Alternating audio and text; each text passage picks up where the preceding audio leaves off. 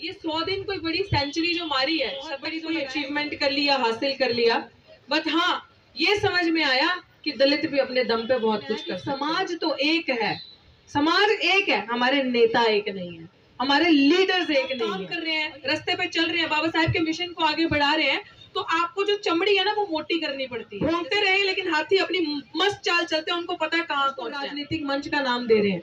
भाई अगर ये राजनीतिक मंच है और यहाँ राजनीति हो रही है, लाओ अपनी माँ बेटी को, लाओ अपनी बहन को, बिठाओ यहाँ पे, बोलो 100 दिन तक बैठे और करें यहाँ पे। जब उन्होंने किसान मजदूर का नारा दिया तो अपने समाज की बात आ गई। तो क्या ये अपराध है?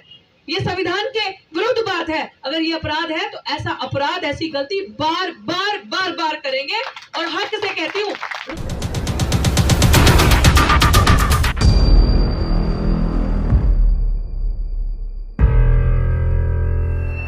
आप सबका बहुत बहुत शुक्रिया जो आए।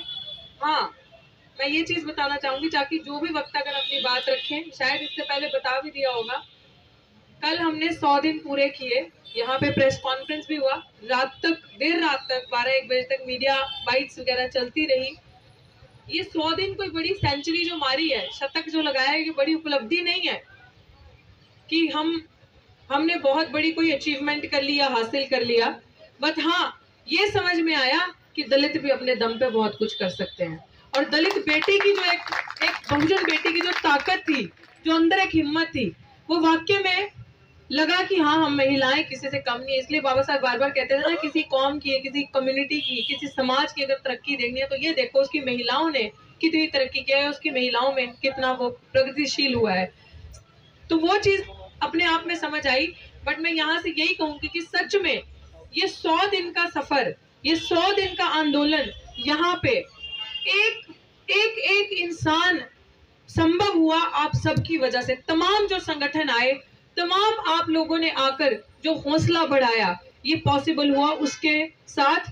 और ये एक समझ में आया, समाज के जितने भी बच्चे हैं, हम लोग जो आपने समाज को एक जोड़ा, वो समझ में आया कि समाज तो एक है, समाज एक है, हमारे नेता एक नहीं है, हमारे लीडर्स एक नहीं है। और ये इतना बड़ा वैक्यूम और इतनी एक बुरी फीलिंग आती है देखकर। लेकिन ये क्योंकि सामाजिक मंच है, इस सामाजिक मंच में तमाम संगठन जिनके शायद आपस में पड़ती नहीं है, वो इस मंच पे एक साथ, एक दिन आप सबने देखा 6 नवंबर को, 5 अक्टूबर को जो बड़े कार्यक्रम हुए, वो सब एक थे।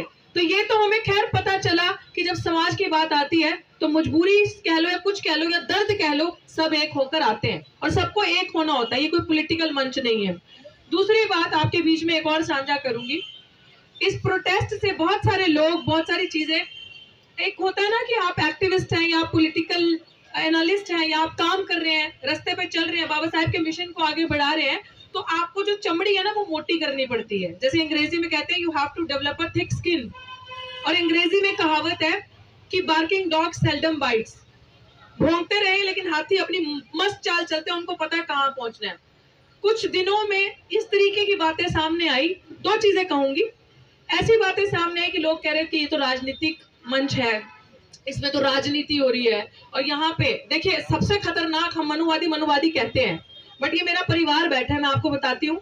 आज हमारे लिए सामान्य वर्ग का, ऊंची जाति जिसे कहते हैं, उसका इंसान जो सोशल जस्टिस की बात करता है, जो जय भीम कहता है, जो आपके मंच पे आ रहा है, जो आपका दर्द शेयर कर रहा है, वो मनुवादी नहीं है। लेकिन आपका समाज का जो दलाल उनके बीच में बैठा है, आपके नाम से गद्दारी कर रहा है, बाबा साहब की दी हुई रिजर्वेशन रिप्रेजेंटेशन लेके उनके बीच में जाके बैठा और आपकी बात नहीं करता, सबसे बड़ा मनुवादी, जातिवादी वो है। और वही लोग ऐसे हैं जो इसको राजनीतिक मंच का नाम दे रहे हैं। भाई अगर ये राजनीतिक मंच है और यहाँ राजनीति हो रही है, लाओ अपनी माँ बेटी को, लाओ अपनी बहन को, बिठाओ यहाँ पे, बोलो 100 दिन तक बैठे और करें यहाँ पे राजनीति। यहाँ पे अगर टिकटें बिक रही है तो लो भाई, लो टिकटें, हमें भी 2 टिकटें। कौन सी टिकटें यहाँ पे बिक रही है बताओ। ये दिल को आहत इसलिए पहुंचती है कि इतने आपके बच्चे बाहर निकल के बाबा साहेब की मूवमेंट को, बाबा साहेब की लेगेसी को आगे बढ़ा रहे हैं, बिना डरे, बिना झुके, बिना बिके, किसी चीज के साथ समझौता नहीं कर रहे। उनका अगर हौसला नहीं बढ़ा सकते तो कम से कम उनके पैर नीचे नहीं खींचो। बाबा साहेब ने यही कहा था कि मैं बड़ी मुश्किल से ये कारवां यहाँ तक लाया हूँ, एक मेहरबानी करना, अगर इसे आगे ना ले जाओ तो कम से कम इसे पीछे ना ले जाना, यहीं तक रहने दो, अगर आगे ना ले जाओ। तो वही चीज आज हम आपको कह रहे हैं कि ऐसी चीजें हमारे सामने आई, लेकिन जब हमारी टीम है, हम सब जितने स्टूडेंट छात्र यहाँ बैठे हैं, हम सब एक चीज समझते हैं कि आपको, जैसे मैंने कहा, मोटी चमड़ी बनानी पड़ेगी। जिन लोगों ने बाबा साहेब को नहीं छोड़ा, जिन लोगों ने बाबा साहेब का साथ नहीं दिया, वो आपके राहों में तो कांटे बिछाएंगे ना। तो क्या बाबा साहेब अपने लक्ष्य से भटक गए? बाबा साहेब हट गए? बाबा साहेब को कितना कुछ कहा, ऐसा वक्त आ गया कि समाज ने साथ छोड़ दिया। जब बाबा साहेब हिंदू कोड बिल के लिए लड़ रहे थे, इस्तीफा तक दे रहे थे, तब भी हमारे समाज के लोग उनके अगेंस्ट हुए बैठे थे। तो क्या बाबा साहेब रुक गए? बाबा साहेब ने तो ऐसी चीजें कर दिखाई, ऐसी चीजें बोली जो सिर्फ बोल के नहीं, पीढ़ी दर पीढ़ी सुधार कर दिया, लिख के संविधान के अंदर आपको दे दिया, हमें दे दिया, जिसकी बदौलत आज मैं इस माइक पे गरजती हूँ, बोलती हूँ। अधिकार से 100 दिन से पीसफुल प्रोटेस्ट जो हम कर रहे हैं, बाबा साहेब भीमराव अम्बेडकर की बदौलत है, जो हम यहाँ पे इकट्ठे हुए हैं। और आपसे सबको यही कहना चाहूंगी कि वाकई में हमें किसी चीज की जरूरत नहीं है। हमें अगर कोई कहे कि आपको किसी चीज का दान देना, यहाँ कोई दान पेटी नहीं है। हमें किसी चीज की जरूरत नहीं है, बस आपके साथ की जरूरत है, आपके प्यार की, और सबसे बड़ी चीज आपके भरोसे की जरूरत है हम पर। अगर आप हम पर भरोसा करोगे ना, मैं सच कह रही हूँ, ये युवा पीढ़ी देख रहे हो ना हम जेल से डरते हैं, ना हम अपना सिर कलम कराने से डरते हैं, क्योंकि हम लोगों ने सौगंध कसम खा रखी है कि बाबा साहेब का नाम और अपने समाज का सम्मान नहीं झुकने देंगे सर। इस चीज को झुकने नहीं देंगे। ये लड़ाई किस चीज की है? ये मान सम्मान की लड़ाई है, नट शेल। ना ये नौकरी की लड़ाई है, ना ये पैसे की लड़ाई है। लिख के लगा दिया, नौकरी नहीं, न्याय चाहिए। क्योंकि एक अगर रितु सिंह हारती है, आपने देखा कि अगर एक हार जाती है, तो इसके बाद आप मुझे दिखा दो कि लड़ाई लड़ने का दम कौन रखेगा। है ना बैठी यहाँ पे एक लड़की, आ रहा है कोई साथ देने के लिए विश्वविद्यालय से। कितने परमानेंट प्रोफेसर है, कितने प्रोफेसर है, आ रहे हैं, क्या वो नहीं देख रहे? तो मेरी नजर में तो दलाल ही है ना। आप देखो कि जो जो यूनिवर्सिटी में बोलता था, साथियों ये चीज सुनो, जिसने सच्ची पढ़ाई पढ़ाई, जिसने समाज को जागरूक किया, हम तो स्टूडेंट थे। मैं बात करूंगी प्रोफेसर रतन लाल साहब की। हो सकता है आइडियोलॉजी या किसी बातचीत में, या हो सकता है थिंकिंग में लोगों के मतभेद उनसे हो, लेकिन एज ए स्टूडेंट, क्योंकि मैं स्टूडेंट थी इस विश्वविद्यालय में, जब वो प्रोफेसर थे और हम उनको बोलते सुनते थे, और हमें लगता था अच्छा अपने समाज के लोग ऐसे भी होते हैं, इतना अच्छा व्यक्तित्व और ऐसी बात पे रख सकते हैं, अच्छा हम लोग भी ऐसा कर सकते हैं। उनसे हिम्मत मिलती थी। तो सबसे पहले टारगेट किसको किया? जिसके मुंह में जुबान है, जिसने समाज को जागरूक किया, उनका प्रमोशन रोक दिया, है ना, उनके ऊपर FIR करवा दी फर्जी, उनको अरेस्ट कर लिया गया। और दूसरा नंबर डॉक्टर रितु सिंह, क्योंकि डॉक्टर रितु सिंह ने 2019 में लड़ाई लड़ी रोस्टर की। रोस्टर मूवमेंट जब 13 पॉइंट रोस्टर ला दिया था, 200 पॉइंट रोस्टर हटा के 13 पॉइंट ला दिया था। आप सब SC ST OBC की नौकरी छीनने का पूरा सरकार ने काम कर दिया था। उस लड़ाई को मुखर रूप से आगे होकर लड़ा, और सरकार को 1.5 दिन के अंदर अध्यादेश पास करना पड़ा, और वो बिल वापस ले लिया गया। उसके बाद, उससे पहले 2 अप्रैल 2018 को अपनी परवाह किए बिना सड़कों पे निकल गया हम SC ST एक्ट को बचाने के लिए, अपने अधिकार को बचाने के लिए। उसके बाद एग्जॉर्प्शन मूवमेंट, सारे तमाम जो कच्चे टीचर, कच्चा जो समाज यहाँ पे है, जैसे टीचिंग है, नॉन टीचिंग है, उनको निकालने की तैयारी हो गई थी। तो सबको उनकी पोस्ट में एब्जॉर्ब करने के लिए, जो जहां पढ़ा रहा है, जो जहां काम कर रहा है वहीं रहे, वो लड़ाई लड़ी 4 दिसंबर 2019 को। क्या ये अपराध किया? CA NRC में जब लोगों के हक अधिकार छीनने की बात आ गई, जल जंगल जमीन की बात आ गई, आदिवासियों के लिए चाहे लड़ना हो, चाहे मुस्लिम समाज के लिए आवाज उठाना हो, क्योंकि बहुजन समाज है, तो क्या ये अपराध है? किसानों के साथ खड़े हुए कंधे से कंधा मिला के, क्योंकि जब उन्होंने किसान मजदूर का नारा दिया तो अपने समाज की बात आ गई, तो क्या ये अपराध है? ये संविधान के विरुद्ध बात है। अगर ये अपराध है तो ऐसा अपराध, ऐसी गलती बार बार करेंगे, और हक से कहती हूँ, रोक के दिखाने तो रोक के देख लो, ऐसी गलती बार बार करेंगे। और मेरे साथ इन लड़ाइयों में हमारे सामाजिक न्याय की पाठशाला चलाने वाले प्रोफेसर लक्ष्मण यादव मौजूद थे। हर बार उन्होंने ये मूवमेंट्स लीड किए हैं।